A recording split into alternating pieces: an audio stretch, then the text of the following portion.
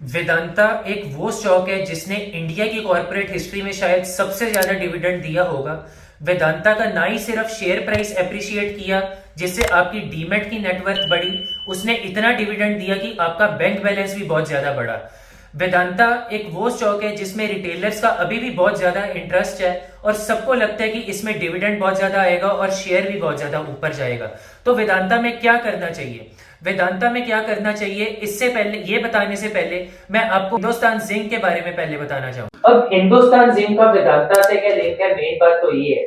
देखो, हिंदुस्तान जिंक जो है, हिंदुस्तान जिंक को वेदांता ओन करता है। अगर मैं आपको हिंदुस्तान जिंक का शेयर होल्डिंग पैटर्न दिखाऊं, यहाँ पे आप देखोगे प्रमोटर्स, प्रमोटर में नाम आता है वेदांता का। वेदांता की यहाँ पे 63.42% शेयर होल्डिंग है वेदांता के अंदर। अब अगर मैं आगे बात करूं, ये तो मैंने आपको सिर्फ प्रमोटर्स का दिखाया। अब अगर मैं हिंदुस्तान जिंक के बारे में बात करूं, हिंदुस्तान जिंक का मार्केट कैप 2 लाख करोड़ है। उसके बाद हिंदुस्तान जिंक की भी जो डिविडेंड यील्ड है ये 6.12% है। मतलब जो भी जो डिविडेंड है हिंदुस्तान जिंक का वो वेदांता को जाता है। अब थोड़ा सा अगर मैं इसको और नीचे लेके चलूं, अगर आप हिंदुस्तान जिंक की बैलेंस शीट की अगर हम ऊपर फोकस करें, ये हिंदुस्तान जिंक की बैलेंस शीट है। हम इसको 2013 से लेकर 2024 तक देखते हैं। जो रिजर्व्स थे हिंदुस्तान जिंक के 2013 में 31,000 करोड़ के थे और जो अब रिजर्व्स हैं ये सिर्फ 6,700 करोड़ के। लेकिन जो मेन कहानी शुरू होती है इसकी, वो कहानी शुरू होती है 2020 से। 2020 में जो इसके रिजर्व्स थे वो थे 39,000 करोड़, बोरोइंग्स थी 600 करोड़ की। अब ये ईयर बाय ईयर आप देखते जाओगे तो ये जो रिजर्व्स है 2021 में 31, 22 में जरूर बढ़े, लेकिन उसके बाद अब 22 से ये जो मेन 3 साल की कहानी है, 33,000 करोड़ से जो है रिजर्व्स कम होकर सिर्फ 6,000 करोड़ रह गए हैं। बोरोइंग्स 250 करोड़ से बढ़ के 14,000 करोड़ हो गई है। अब मेन बात है कि इसकी वजह क्या है। बेसिकली क्या है कि हिंदुस्तान जिंक को जो ओन करता है वो वेदांता ओन करता है। वेदांता को ओन करता है वेदांता रिसोर्सेज, और वेदांता रिसोर्सेज को ओन करता है अनिल अग्रवाल।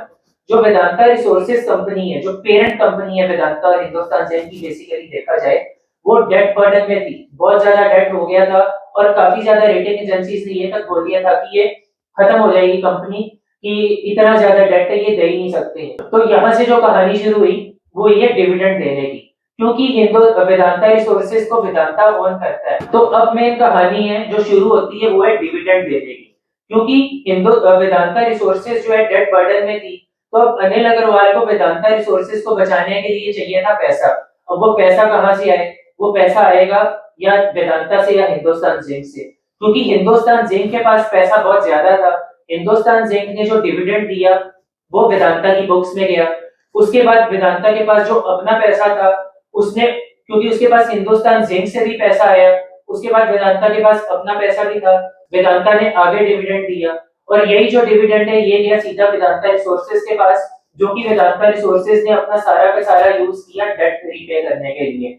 अब अगर मैं आपको हिंदुस्तान जिंक का तो मैंने आपको दिखाया है, एक बार हम ना थोड़ा सा इसको और डिटेल में समझने के लिए वेदांता के बारे में भी स्टडी करते हैं। वेदांता की भी आप यहाँ देखोगे कि जो डिविडेंड यील्ड है वो 9.74% है। अब लेकिन ये तो चीज है पास्ट की। अगर हम इसकी भी हम अगर बोरोइंग्स देखें, सॉरी बैलेंस शीट अगर हम देखें वेदांता की, तो अगर हम इसको लॉन्गर पीरियड ऑफ टाइम से देखें तो रिजर्व्स इसके पास हमेशा ही रहे हैं 2013 से लेकर अब तक। लेकिन मेन इसकी भी जो कहानी अचानक से 2021-22 में जाके चेंज होती है। यहाँ पे अगर आप रिजर्व्स देखोगे 2022 में, तो जो रिजर्व्स थे वो 65,000 करोड़ के थे, बोरोइंग्स जो थी 53,000 करोड़ की थी। मतलब बेसिकली उसके पास पैसा था। लेकिन ये कहानी अचानक ही 4 साल के अंदर ये हो गया कि रिजर्व्स जो है 65 से कम हो गए 37 चले गए, बोरोइंग्स जो है 53,000 से बढ़ के 79,000 करोड़ चली गई। अब क्या हुआ है कि क्योंकि हिंदुस्तान जिंक का भी किताबों में पैसा खत्म हो गया, वो अब नेट डेट कंपनी बन गई, वेदांता भी नेट डेट कंपनी बन गई, रिजर्व्स कम हो गए हैं, बोरोइंग हो गई है, तो डिविडेंड कहां से आएगा। अगर कंपनी के पास पैसा होगा डिविडेंड वो तो देगी। अब अभी अभी आपने देखा होगा कि हिंदुस्तान जिंक के अंदर गवर्नमेंट ने भी अपनी स्टेक सेल की है, वेदांता ने भी कोशिश की स्टेक सेल करने की, लेकिन दोनों उनकी स्टेक सेल फ्रूटिफाई नहीं हो सकी, क्योंकि जो बड़े बड़े इन्वेस्टर्स हैं उनको तो पता है कि हिंदुस्तान जिंक अंदर से कंपनी खत्म होती जा रही है। तो अब क्योंकि हिंदुस्तान जिंक जो है आगे डिविडेंड नहीं दे पाएगा, तो आगे वेदांता की भी जो डिविडेंड पेइंग कैपेसिटी है कम हो गई है, तो वो पैसा वेदांता रिसोर्सेज तक नहीं जा पाएगा। अब आप सब लोगों को लगता है कि अनिल अग्रवाल कितना ज्यादा अच्छे इंसान है, कि वो आपके बारे में कितना ज्यादा अच्छा सोचते हैं, कि आपको उन्होंने इतना डिविडेंड दिया। वो किसी के बारे में भी नहीं अच्छा सोचते, वो अपने बारे में अच्छा सोचते थे, क्योंकि उनको वेदांता रिसोर्सेज को बचाना था।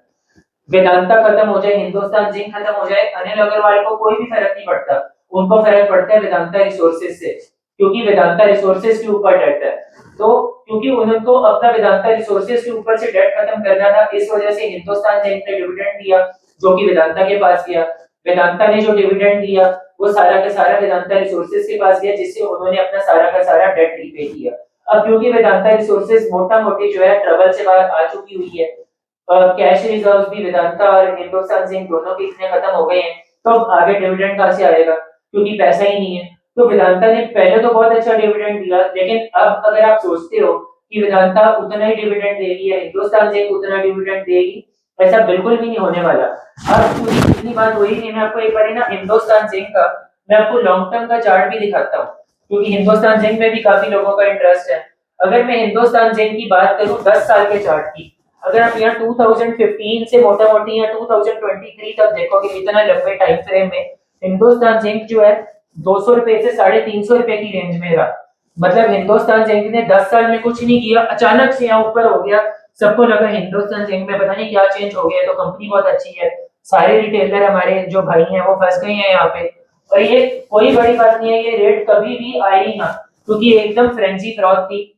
और इसके बारे में अगर मैं और आपको बात करूं कि मैं ऐसा क्यों कहता हूं, अगर आप इसकी प्रॉफिट एंड लॉस स्टेटमेंट देखो 2013 से लेकर अब तक, इसमें जो पहले प्रॉफिट 2013 में 7000 करोड़ 6900 करोड़ मोटा मोटी, अब 2024 में देखो अभी 7700 करोड़, बीच में कभी ऊपर हुआ कभी नीचे हुआ, लेकिन वो 7000 करोड़ वाली जो चीज है अभी भी सिर्फ 7000 करोड़ ही है। तो हिंदुस्तान से एज अ कंपनी के अंदर कुछ भी नहीं चेंज हुआ, लेकिन लोगों ने ले लिया कि पता नहीं क्या हो गया, डिविडेंड बड़ा देता है, अब उसके रिजर्व्स भी खत्म हो गए, नेट डेट कंपनी भी बन गई, प्रॉफिट में कुछ चेंज नहीं हुआ। तो जो आप लोगों को लगता है कि हिंदुस्तान जिंक बहुत प्रॉफिट दे देगा आपको या बहुत ऊपर चला जाएगा, हिंदुस्तान जिंक ने कुछ भी नहीं करना। गवर्नमेंट भी अपनी स्टेक बेच रही है, प्रमोटर भी अपनी स्टेक, प्रमोटर इसका वेदांता, वो भी अपनी स्टेक बेच रही है, तो आप क्यों सोच रहे हो कि उसने कुछ करना है।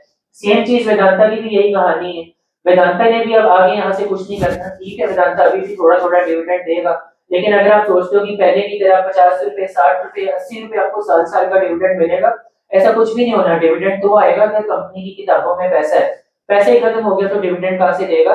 तो अब इस चीज का ध्यान रखो कि पास्ट के ऊपर नहीं आपको फ्यूचर पे चलना, फ्यूचर आपको ये देखना कि प्रेजेंट और फ्यूचर का क्या आउटलुक है। तो अगर आपको वीडियो अच्छी लगी हो तो इस पे लाइक बटन जरूर दबा देना, अगर आपने चैनल को सब्सक्राइब नहीं किया तो सब्सक्राइब भी जरूर करें।